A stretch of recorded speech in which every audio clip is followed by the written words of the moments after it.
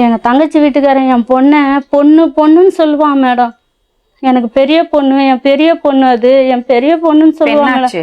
அந்த பொண்ணை கூட்டின்னு போயிட்டான் மேடம் அவன். அடங்கொக்காலவனி. சித்தி வீட்டுல குழந்தைய பாத்துட்டு இருந்தியா அங்க போய்?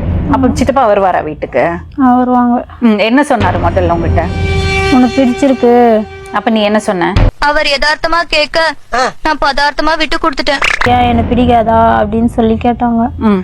அப்ப நான் வாய முன்னேதான் இருந்தேன். நானு எதுனாலும் நான் யோசிச்சு சொல்றேன் அப்படின்னு சொல்லிட்டு யோசிச்சு சொல்றேன்னா அதெல்லாம் வாழ்க்கைக்கு முன்னேறும்.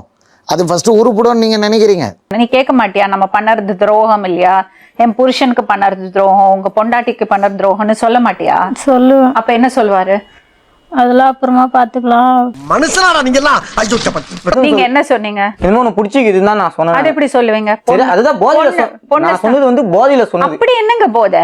ஐயோ, எந்த ட்ரெண்ட்ல பேசினாலும் எந்த ரூட்ல போனாலும் விடவே மாட்டேங்கிறானே, நான் என்ன பண்ணுவேன்? எதுக்குங்க போதையில இருக்கீங்க மேடம்? பொண்ணுக்கும் தங்கச்சிக்கும் வித்தியாசம், பொண்டாட்டிக்கும் வித்தியாசம் தெரியாம எதுக்குங்க போதையில இருக்கீங்க?